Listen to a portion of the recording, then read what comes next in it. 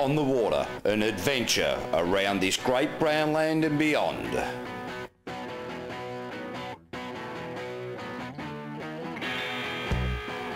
Strap on your life jacket and get set to get wet on the water. G'day and welcome to On the Water for another pearler of a week. This week we're going to check out the Melbourne to Stanley Yacht Race and other premier events run by the Ocean Racing Club of Victoria. We'll also check out some pretty special kids out of Williamstown. So strap on your life jacket and get set to get wet on the water.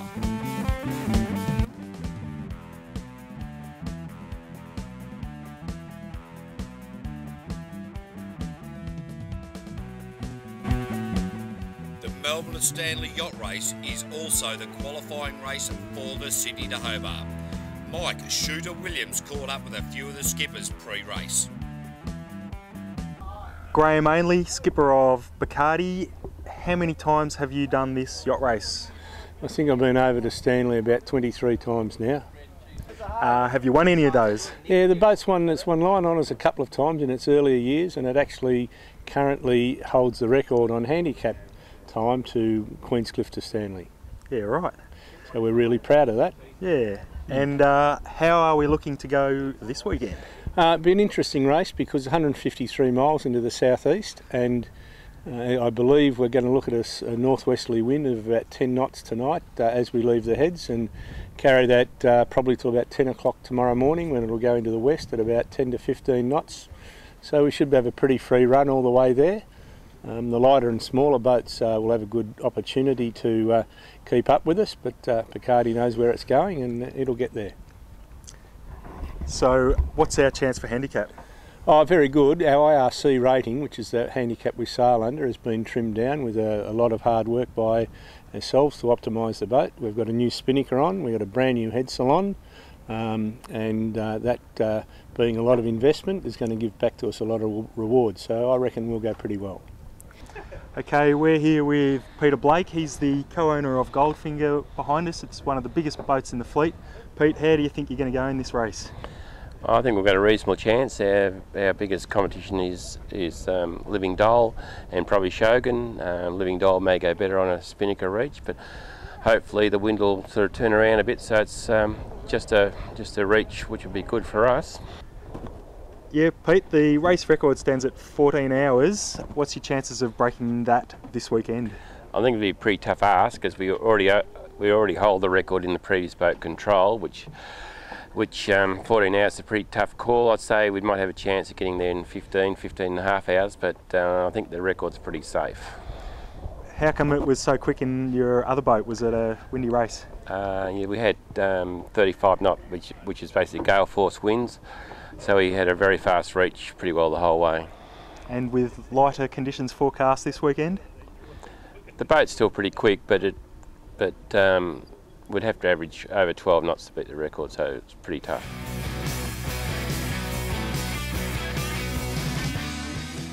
The race began off Queenscliff in the middle of the night. As the dawn broke, Bacardi was sailing in a 20-knot southwesterly breeze on a tight reach.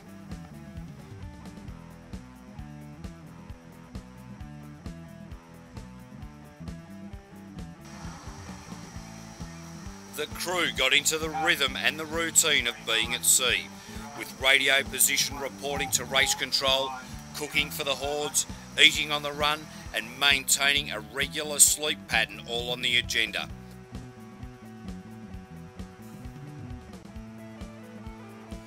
With all the crew sleeping on the high side of the yacht to allow for a better balance of the boat.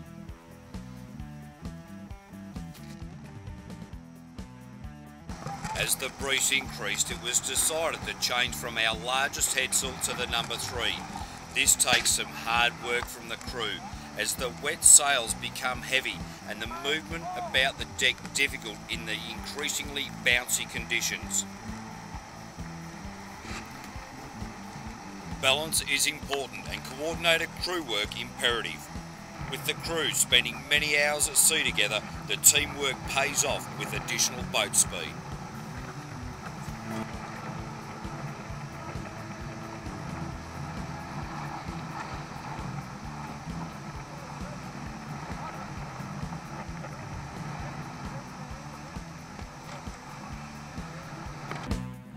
After the sail change and getting things stowed, it's time to get on the rail and rehydrate with some isotonic sports drinks.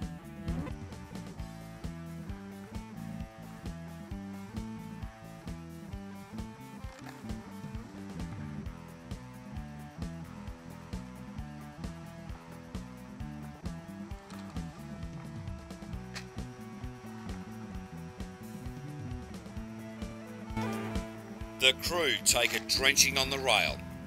As the entertainment continues, we head towards Stanley's dominant landmark, the Nut, and, of course, the finish line to the Melbourne to Stanley Yacht Race.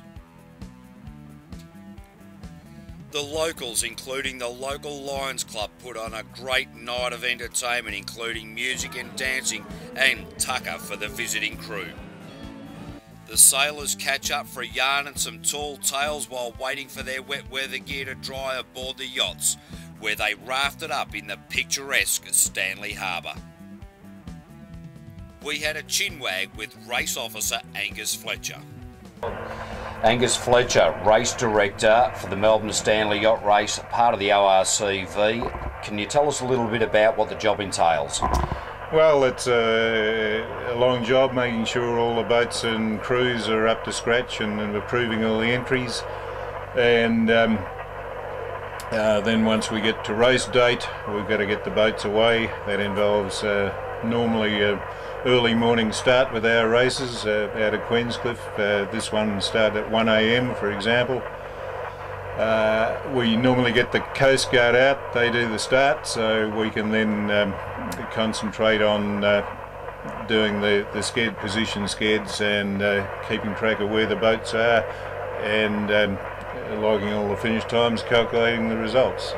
Now with the skeds, there are pre-arranged times. Can you explain what the skeds are? Yes, we have normally 3 skeds per day, one morning, one generally early afternoon, one evening sked, and at each of those skeds all the boats out there are required to report in their positions so we can keep track of where they are, get an estimate of when they're going to finish, and it's also very much a safety factor that if a boat doesn't come up on one of those skeds, then we start to make inquiries. Anybody knows where he is. If they don't come up on a second sked, we start to get worried. If they don't come up on a third sked, then we generally launch a search and rescue operation.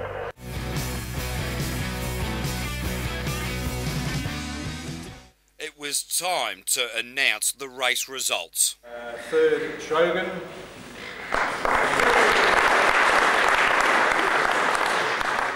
Second, Goldfinger.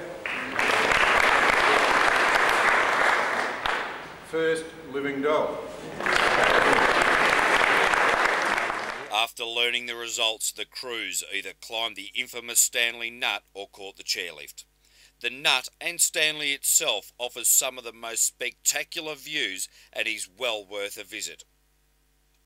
With the sightseeing and the festivities done and dusted, it was time to once again set sail and return across Bass Strait to the various home ports. We'll be back with more ORCV action later in the show, but coming up after the break we're going to head down to Williamstown and check out Challenge, supporting kids with cancer.